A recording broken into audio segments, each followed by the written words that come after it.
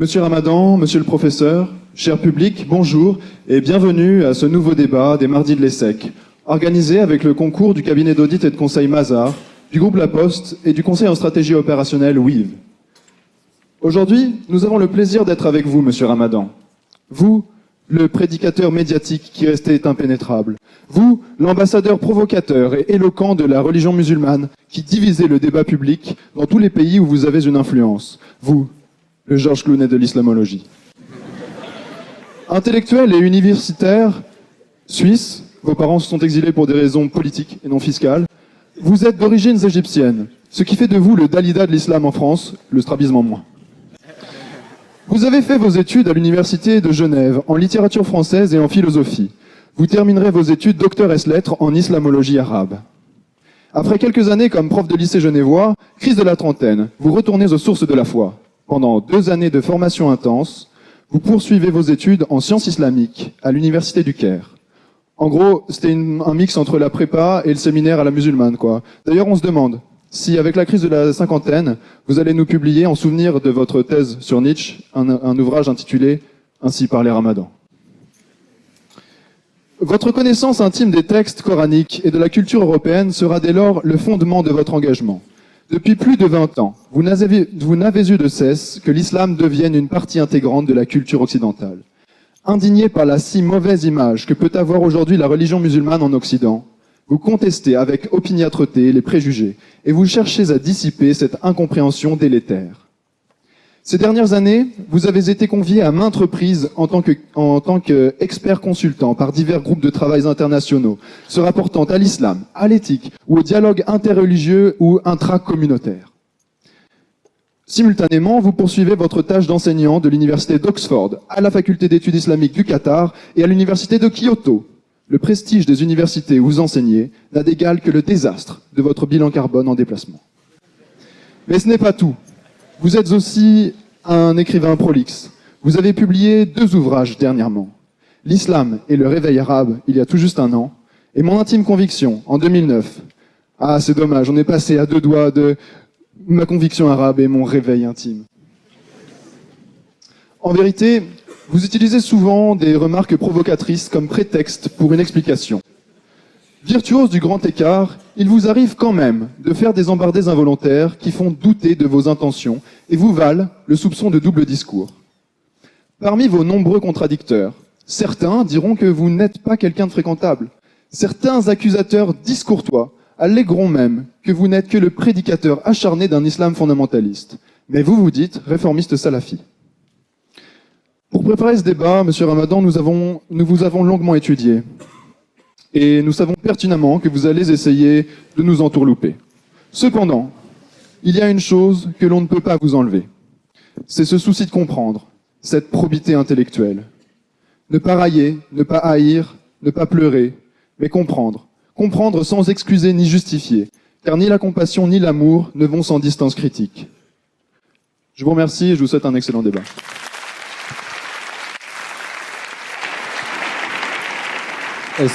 Est-ce que... Je vous laisse prendre le micro. Ça aurait été plus facile. Donc, est-ce que, monsieur Ramadan, vous avez quelque chose à objecter par rapport à votre présentation qui vient d'être faite?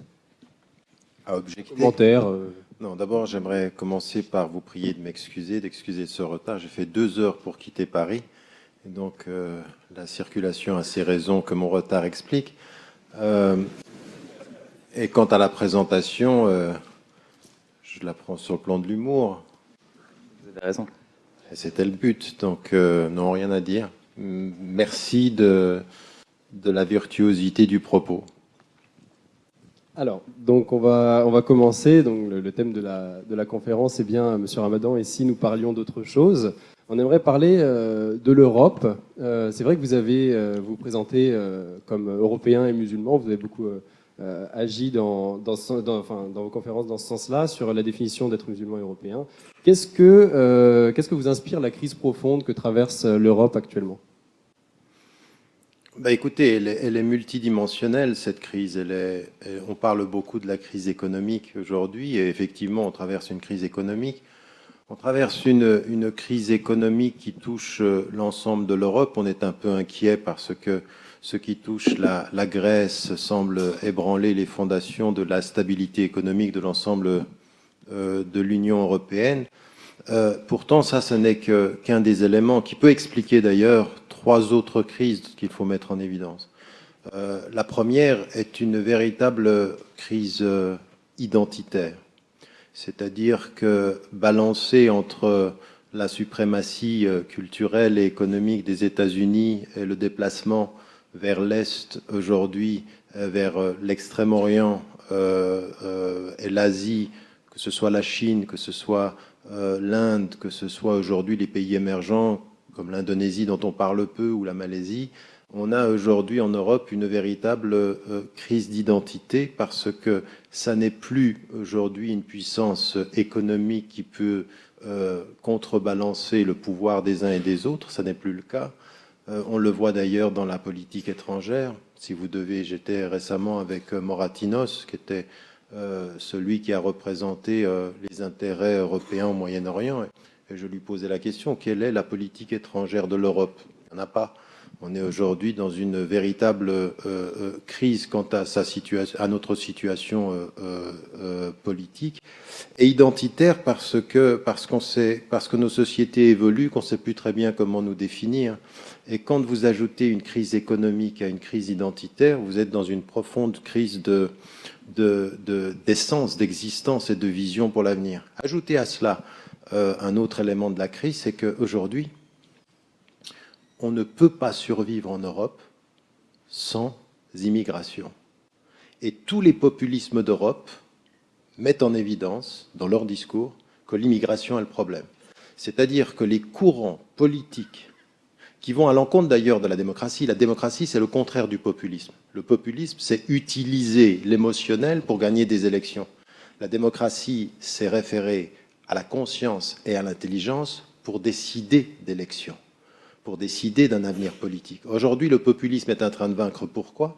Parce que on est en train de nous dire le danger, c'est l'autre.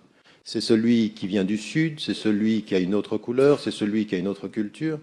Et on le sait, à l'heure où je vous parle, tous les chiffres, toutes les statistiques économiques nous disent qu'il n'y aura pas de survie de l'Europe sans jeunesse, sans immigration. Or, l'immigration qui vient du Sud est en train de se déplacer maintenant beaucoup plus vers les pays émergents. On est dans la quadrature du cercle, donc c'est encore une autre crise qui fait que l'immigration, qui est notre survie dans les faits, est devenue notre danger par un discours populiste que beaucoup trop aujourd'hui acceptent sans se rendre compte qu'il est peut-être facile de l'accepter, il sera impossible de vivre avec ce discours populiste.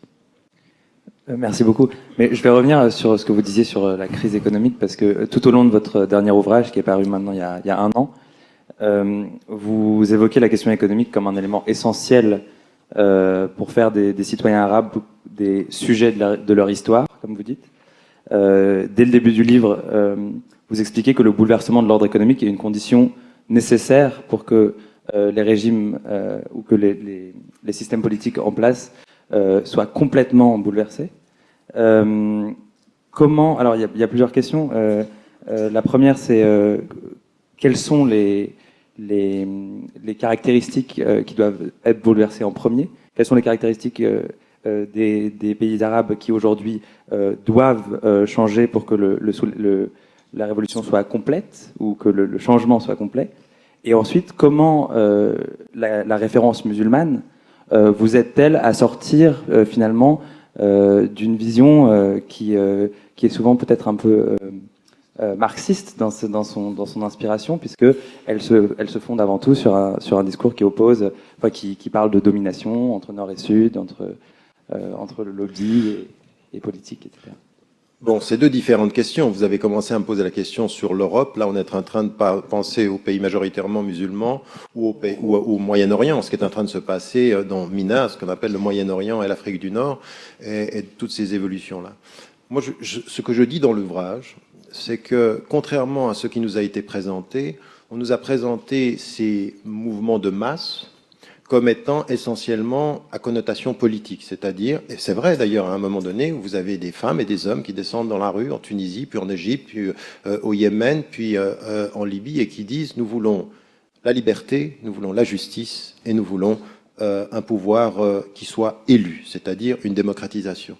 Mais ceci est un des éléments des aspirations, de leur aspiration. Ce qui est déterminant, c'est effectivement la paupérisation, la pauvreté, le manque d'opportunités économiques. Et il n'y aura pas de démocratisation dans ces pays-là s'il n'y a pas de libération ou d'affirmation de stabilité économique. Et ce que je dis dans le texte, c'est que autant les causes qui devaient expliquer les processus de mobilisation ont été oubliés, autant on ne se rend pas compte aujourd'hui que ce pourquoi et les États-Unis et l'Europe n'étaient pas contre le processus de démocratisation. C'est pas parce qu'ils aiment la démocratie, sinon ils s'y seraient pris 40 ans avant, hein, au lieu de soutenir la Libye et puis de tout à coup nous dire on est allé libérer la Libye parce que les pauvres Libyens, on les aime bien.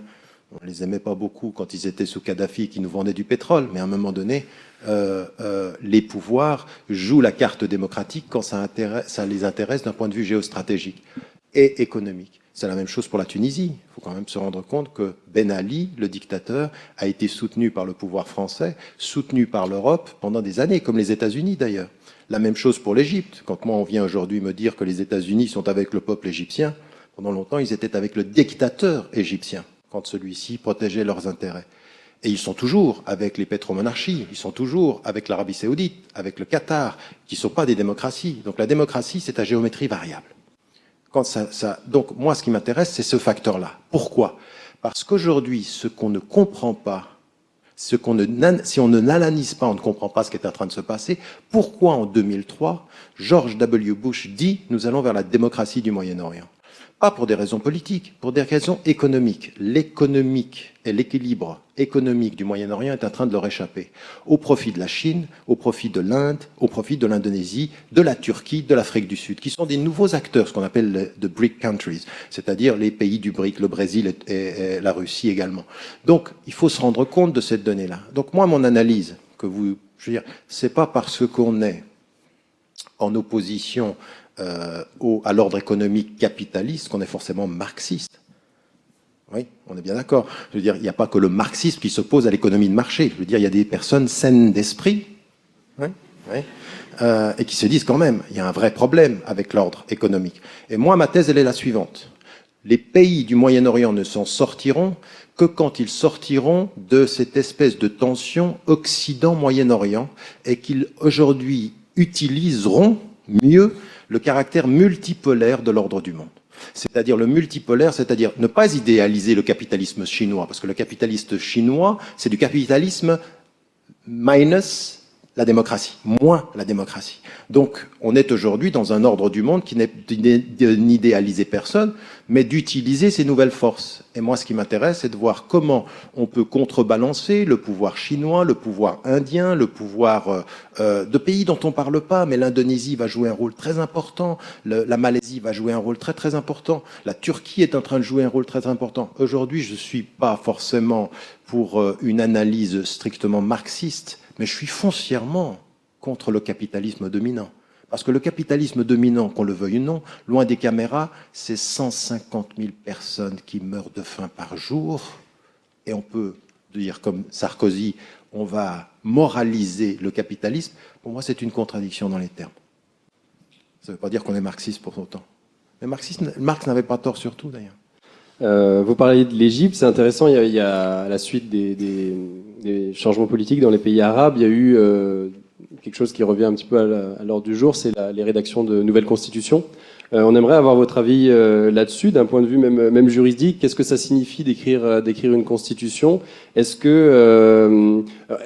y a un besoin, puisque quand dans la rédaction de la constitution, ce qui a pu se passer dans certains pays du Moyen-Orient, notamment la Turquie à l'époque de Mustafa Kemal, il y a eu un copier-coller de constitution et de codes en provenance de France, en particulier pour la Turquie, mais ça peut être le cas aussi sous Mohamed Ali en Égypte. Voilà. Il y a eu énormément de copier-coller qui ont été faits. Qu'est-ce que ça peut vouloir dire aujourd'hui pour le peuple tunisien ou égyptien d'écrire sa constitution sans dépendre finalement sans forcément dépendre, ou dans quel cadre ils doivent dépendre des modèles européens sur le plan des constitutions? Ça, c'est une question de fond et je l'aborde dans le livre. Parce que, dès le départ du livre, vous savez, quand on parlait de tout ce qui s'est passé après les soulèvements, moi je les appelle pas des révolutions et je vois pas encore le printemps. Mais ce que je disais, c'est que la polarisation entre laïque et islamiste est un véritable problème parce que c'est un piège.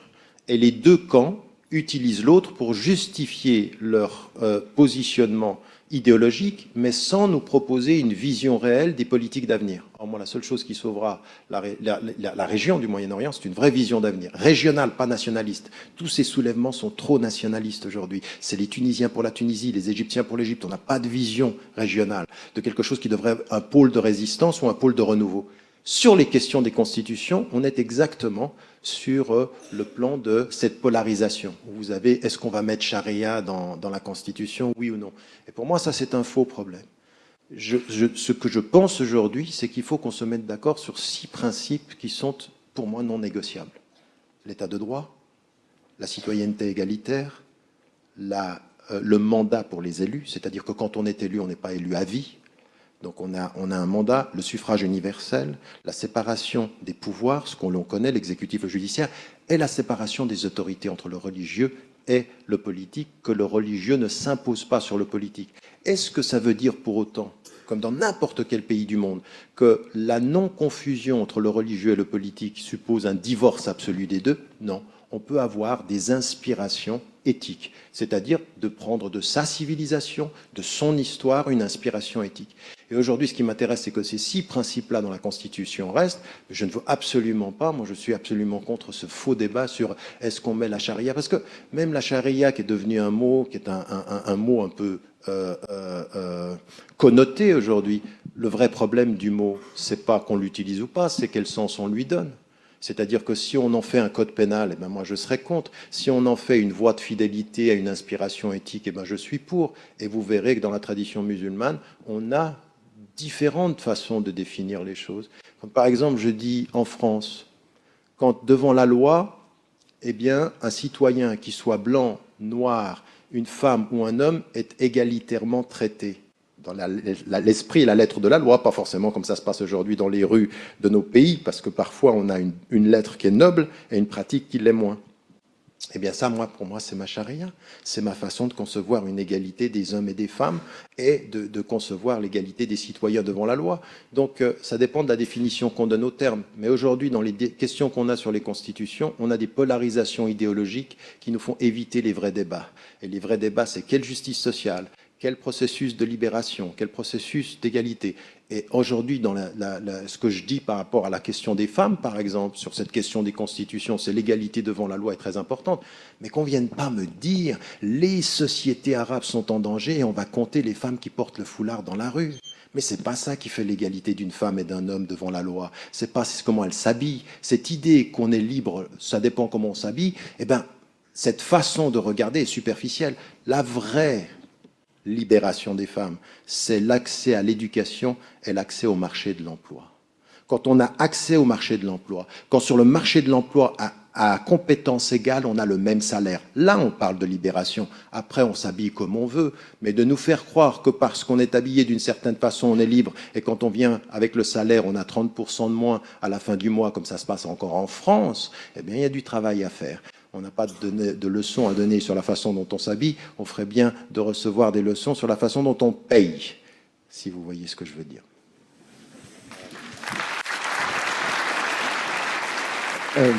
Vous avez mentionné le mot éthique. C'est un mot qui revient souvent dans votre ouvrage. Je crois que vous enseignez aussi un cours sur cette question. Et un peu,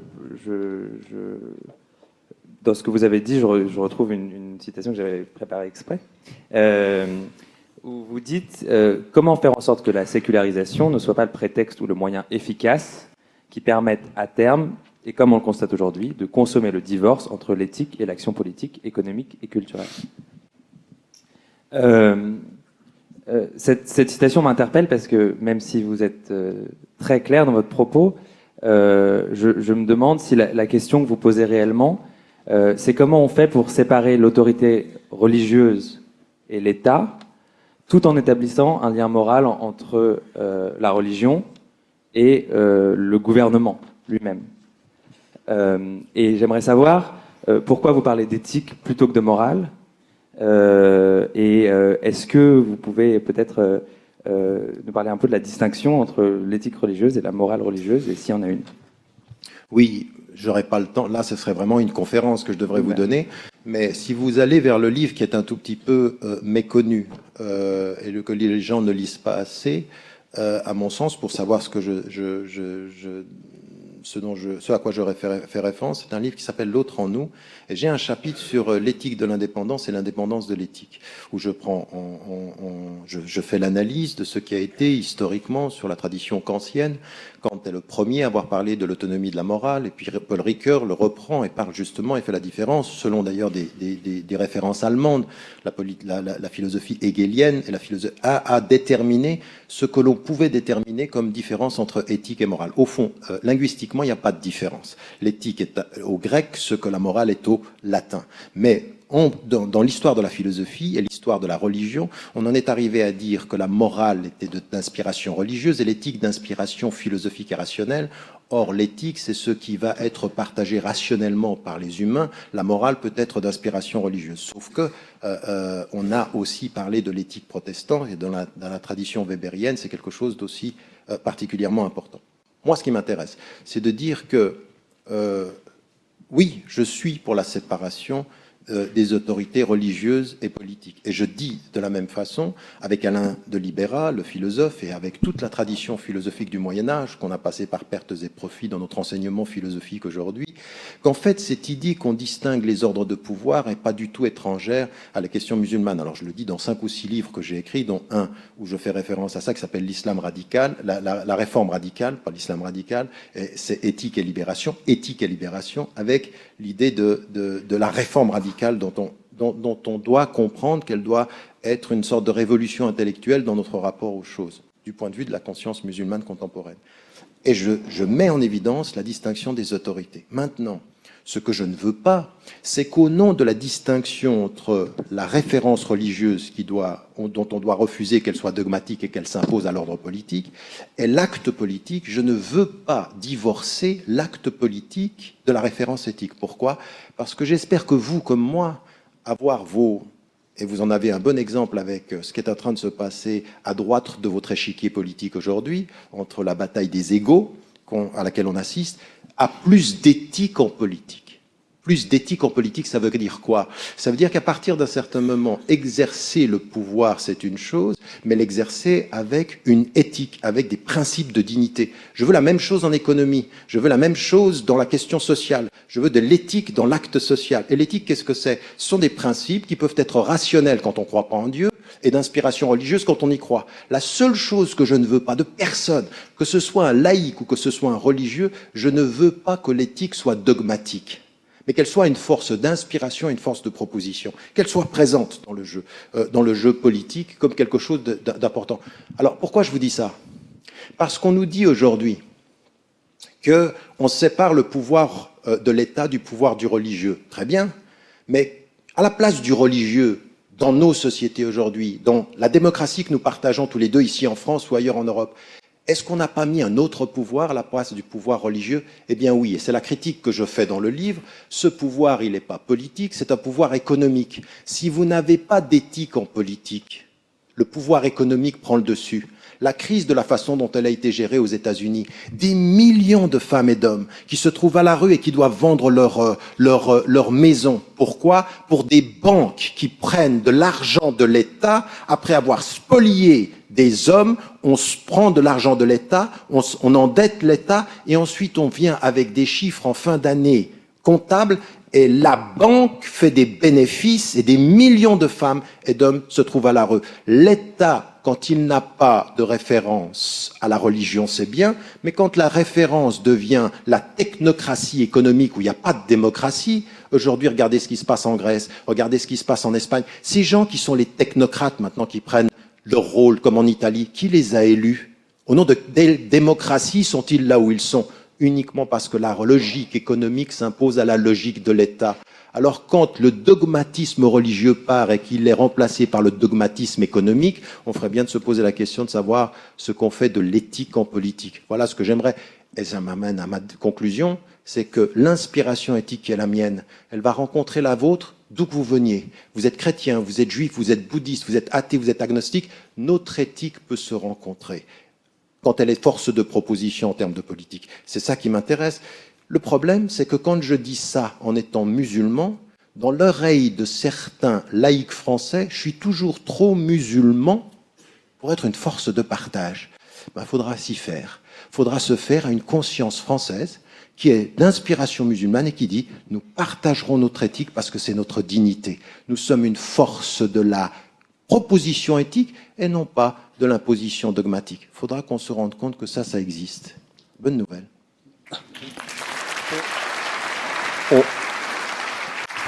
On a une... oui, vous n'allez pas tarder. Une toute petite dernière question. C'est vrai que vous parlez, vous pouvez répondre assez rapidement. Dans votre livre, vous parlez un petit peu, on a l'impression comme si votre discours n'avait jamais eu d'influence et que ce que vous dites n'aura pas d'influence. On aimerait bien savoir une seule question. Est-ce que vous pensez que vous avez un quelconque impact à grande échelle? Est-ce que vous pensez, si vous en avez un, ou comment? Voilà, comment vous mesurez votre influence? Ça nous intéresse. Je devrais le prendre sur le plan de l'humour. En d'autres termes, vous êtes en train de me poser, est-ce que je ne suis pas inutile, quoi? Non, pas du tout. Non. C'était de l'humour. C'est possible aussi. Je prends aussi sur le plan de l'humour. Ouais, c'était le but. Non, mais... Écoutez, je vais vous dire une chose. Moi, ça fait, si vous voulez, j'ai commencé mon travail de terrain avant d'apparaître sur la scène européenne, sur la question de l'islam. Moi, j'étais sur le plan de la solidarité et j'ai travaillé pendant une quinzaine d'années sur ce champ-là. J'ai énormément appris. Et tout ceci, je l'ai réconcilié avec mon univers de référence. Or, aujourd'hui, ce qui fait que je suis... Vous savez, il y a un proverbe africain qui dit une chose très simple. Le proverbe africain, il dit... On ne commence à lancer des pierres sur un arbre que quand l'arbre porte ses fruits. Et ce processus de diabolisation, il faut pas l'écouter, il va nous entourlouper, il est trop malin pour être clair, vous voyez, le genre de l'arabe un peu... L'arabe, quoi. Mais parce que au fond, il y a une espèce de racisme ordinaire là derrière, il y a un racisme ordinaire, il faut pas qu'il parle bien le français, parce que l'arabe, il faut qu'il parle avec chaque 3 mots un petit mot d'arabe, quoi. Yani, quoi. Vous voyez le genre bizef. Bon, tout ça, écoutez bien ce que je suis en train de dire, parce que c'est fondamental ce que j'essaye de traduire ici. C'est qu'à partir d'un certain moment, je suis juste, à un moment donné historique, l'arbre qui est en train d'annoncer une forêt. Et cette forêt, qu'est-ce qu'elle est? Elle est des femmes et des hommes qui sont nés dans ce pays, qui sont nés en Europe et qui sont européens. Ils parlent le français comme les Français, ils pensent français, ils sont de culture française, et puis ils ont une identité qui est musulmane. Et ils n'y voient absolument aucun problème, ils y voient même une force de proposition. On a de la peine à les entendre parce qu'aujourd'hui, ce qu'on leur dit, c'est que pour pouvoir être bon français, il faut quand même que vous soyez moins musulman. Et eux, ils vont faire et ils vont montrer que c'est tout à fait possible d'être les deux. Moi, je suis juste l'arbre qui annonce cette forêt-là. J'assume complètement les 2 dimensions de ce que je suis. Mais même plus, je dis que j'ai de multiples identités. Moi, ce que j'ai envie de faire quand je suis en Suisse ou quand je suis en France, c'est de jamais faire oublier à mes concitoyens en Suisse ou à ceux qui sont aussi les concitoyens de ma famille, puisque ma famille est française, eh bien, c'est de leur dire, vous savez, il y a de la richesse dans la multiplicité des identités. Et cet impact-là, il y a 25 ans, quand je parlais d'être français, de confession musulmane, et qu'il y avait un islam français, on me disait, mais de quoi tu parles? Regardez, aujourd'hui, ce discours, il est complètement dominant. Il est dominant, alors on diabolisera celui qui l'a porté au départ, mais on sera obligé de composer avec ceux qui le vivent à la fin. Et donc, cet impact-là, il est présent. Je pense qu'aujourd'hui, ce que je dis dans mon intime conviction est simplement la traduction de ce qu'on voit sur le terrain. Et puis, la deuxième des choses, c'est que dans le monde majoritairement musulman, quand je vais au Maroc ou quand je vais en Tunisie, ils le savent d'ailleurs, vos politiques le savent. Ce pourquoi je suis diabolisé, c'est qu'ils savent l'impact de ce discours-là dans le monde majoritairement musulman. ou que ce soit avec les leaders de toutes les forces d'opposition qui sont en Égypte, ou quand je vais en Malaisie, ou quand je vais en Indonésie. Pourquoi? Parce que ce que j'essaye de faire, c'est une chose très simple. C'est de dire, nous n'avons aucun problème à rester ce que nous sommes et à regarder en face les défis de notre époque. Et la deuxième des choses que je mets en évidence, que vous avez utilisée, c'est d'être le sujet de son histoire. C'est-à-dire de cesser la mentalité de victime. Cesser de dire ils nous aiment pas, de toute façon la France est raciste. D'abord, c'est pas vrai, et puis on n'est pas là pour se faire aimer, d'abord on est là pour se respecter, puis ensuite on se fera respecter, puis on sera une force de proposition avec les forces qui sont aujourd'hui des forces de la dignité humaine. Et j'en vois partout. Donc l'impact, il est présent, mais au bout du compte, c'est pas ça le plus important. C'est pas le pouvoir ou l'impact d'un homme, c'est l'assimilation d'un message. Et ce message, il est soit ce que tu es, vis avec qui tu n'es pas et construis avec tous ceux avec lesquels tu vas vivre.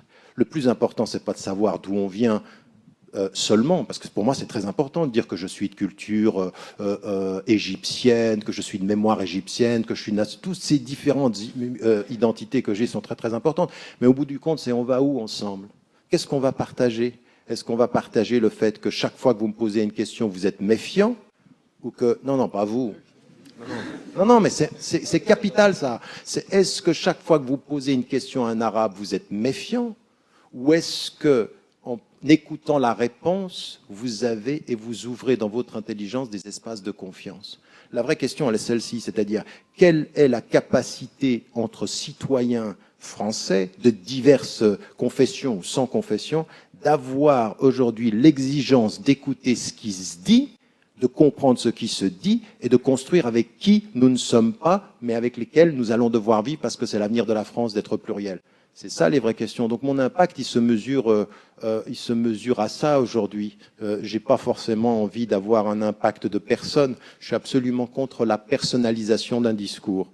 Mais aujourd'hui, ce que je vois sur le terrain est plutôt... Moi, je suis très très optimiste en fait. Ça va être très très dur. Les années qui vont venir, le populisme va être partout présent.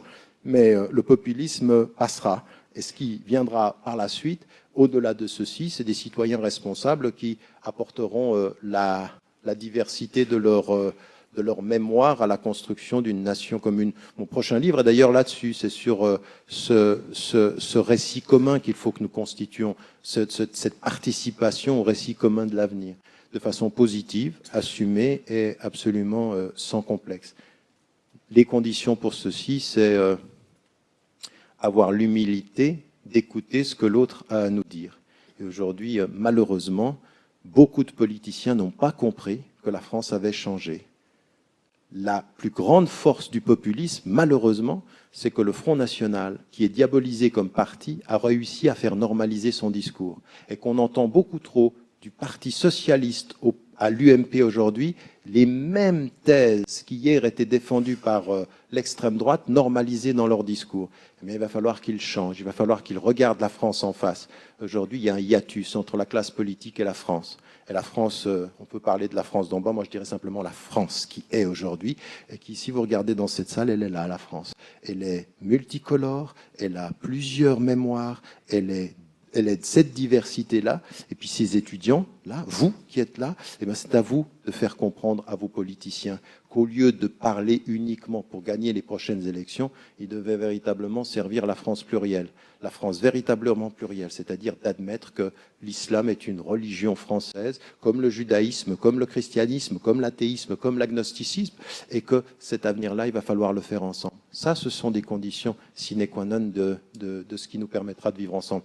Donc, au bout du compte, ce à quoi j'aspire, c'est de disparaître le plus rapidement possible comme étant l'épouvantail devant pour que la forêt derrière soit audible comme elle l'est. Elle commence à l'être et c'est qu'une question de temps.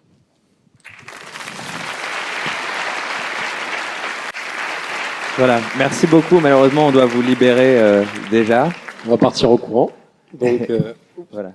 Vous pouvez disposer. On a un cocktail qui est organisé dans la cafétéria. Je suis vraiment profondément désolé d'avoir à partir, mais les 2 heures de ce départ, merci d'avoir été aussi patient. Et puis, ça sera à charge de revanche. Merci beaucoup. Merci à vous d'être venu. Merci, monsieur Ramadan.